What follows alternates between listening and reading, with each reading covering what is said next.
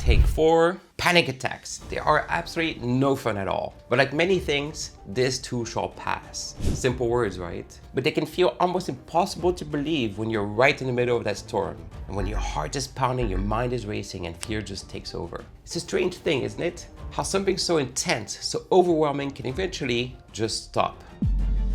Like a sudden downpour that eventually gives way to sunshine. If you're feeling overwhelmed right now, or if you want to be better prepared for those moments, stick with me. We'll explore how we can find that inner calm and truly internalize the fact that this feeling, like everything else, is temporary. Hey everyone, if you're new here, I'm Dennis. On this channel, I like to explore everyday life with a curious mind. I started making these videos primarily for my daughter, hoping they might offer her some perspective someday. But I hope they can be helpful to others too. And today, we're diving into the tough topic of panic attacks. We'll talk about what they can feel like and share some things that have personally helped me navigate them. But before we go any further, I want to put an important disclaimer, and I want to be super crystal clear. I am not a medical professional, therapist, or doctor. Everything I'm sharing today comes from my own personal experiences. If you're struggling with panic attacks, anxiety, or any mental health challenges, please seek professional help from qualified experts. There is absolutely no shame in asking for help, and it can generally make all the difference. It's like navigating a dense forest. A guide can show you paths you might not discover on your own.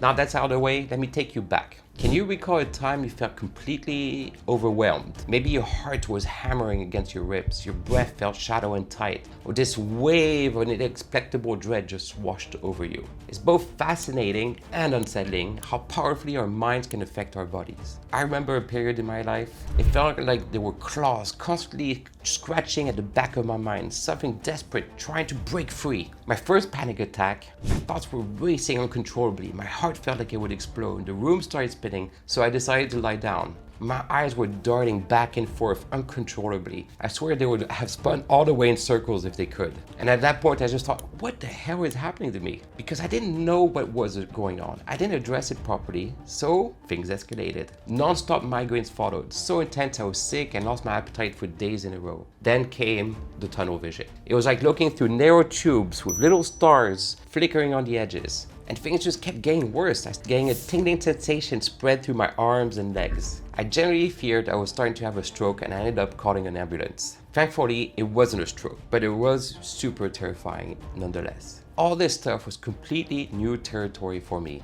But it also did not stop there. It reached another level. This time, I was home alone with my 9-year-old daughter who was crawling around. It was starting again, the tunnel vision returned, the tingling, and then suddenly, I just lost complete control of my body. I collapsed onto the floor, completely unable to move anything but my eyes. At this point, my mind calmly thought, is this it? Is this how it ends? I couldn't move, only my eyes could. And then the panic surged, not for myself, but for my daughter. She had just bumped her head on the cupboard and started crying. And there I was, helpless on the floor, unable to reach her. It felt like an eternity. But after some time, I managed to grab my phone that had dropped right next to me as I had, and FaceTime my mom. She saw me laying on the floor, unable to speak, tears on my face, and my daughter crying in the background. She immediately called the ambulance. Eventually, I managed to crawl to my daughter just to hold her. Some time passed, and when the paramedic finally arrived, I had words in my mind. As I was speaking, only mumbling would come out. It was really strange. I wasn't able to speak. They took me to the hospital for a full checkup. The diagnosis, after 2 days of monitoring, advanced migraines with aura, triggered by severe anxiety and depression. From what I understood, my brain would have inflammation, which would have various impacts on my body. And that was a turning point for me. I started getting professional help, medication, and very slowly began to climb my way back up. Even now, I sometimes feel that old familiar feeling trying to claw its way out. But these episodes are much further apart, to the point that I can't even quite remember when it was the last one. But that's because that pretty traumatic experience keeping me on the lookout for signs. So what did I learn from hitting rock bottom like that? First and foremost, I learned that panic attacks,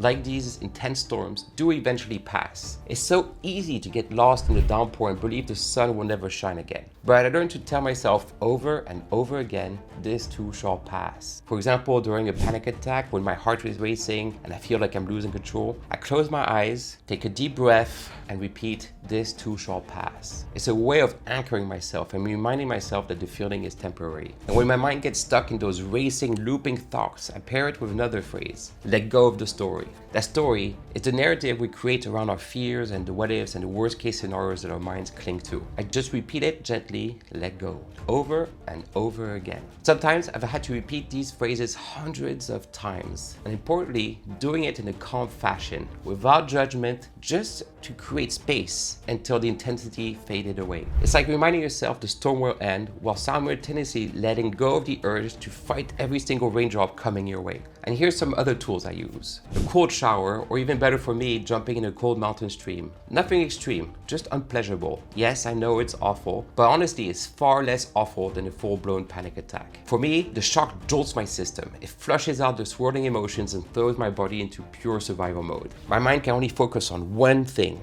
the cold. It's like hitting a reset button, yanking me back to the present moment. I also now reconnect with someone I trust, a friend, a family member. Sometimes I just call and say, hey, I'm not doing great right now, can you just listen for a bit? And then I just talk, I let it all out. Often just having someone listen without judgment is like releasing the pressure valve. The next tool I use is crucial. Go see a specialist, a therapist, a doctor. They have a bunch of tools, techniques, and perspectives specially designed to help you manage these states. It's definitely easier than trying to figure it out all on your own. Now I know it's hard and your mind might fight it, but if you had broken your arm, you wouldn't hesitate to go see a doctor. So why would this be any different?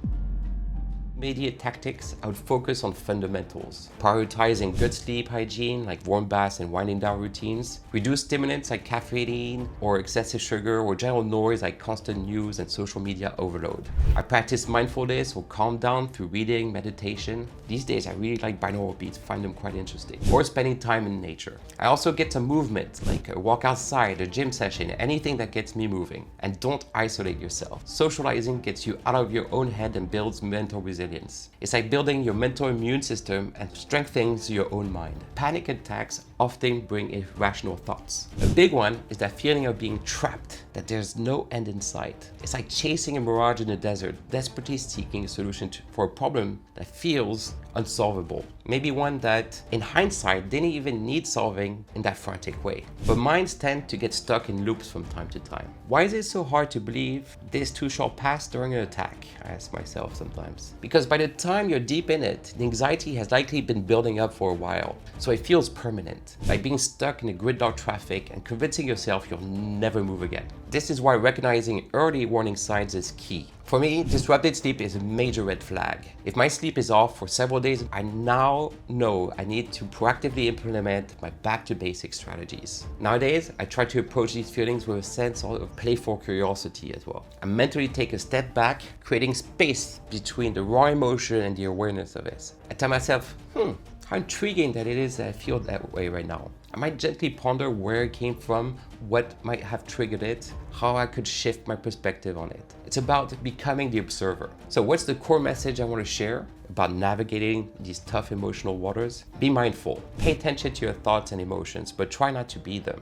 Practice becoming the observer. When a panic attack hits, it feels like your thoughts and emotions completely swept away. Instead, try to become the observer. Imagine sitting peacefully by a riverbank, watching your thoughts and your feelings, even those intense panic-driven ones, float by like leaves on the current. Each one carried away by the gentle, or not so gentle, flow of the water without you needing to jump in and trying to grab them. You are not the river, you are not the leaves, you are the observer, watching with gentle, non-judgmental, playful curiosity. So here's a little challenge for you this week. Next time you feel that wave of overwhelm starting to build, try one of these things. Remind yourself, this too shall pass. And if you need, let go of the story that your mind is weaving. Maybe brave a quick blast of cold water, reach out and talk to someone you trust. And please remember that seeking professional help is a sign of strength, not of weakness. You are not alone in this. We all face storms in life. It's through this understanding that ourselves, connecting with others, and remembering our resilience that we learn to navigate them.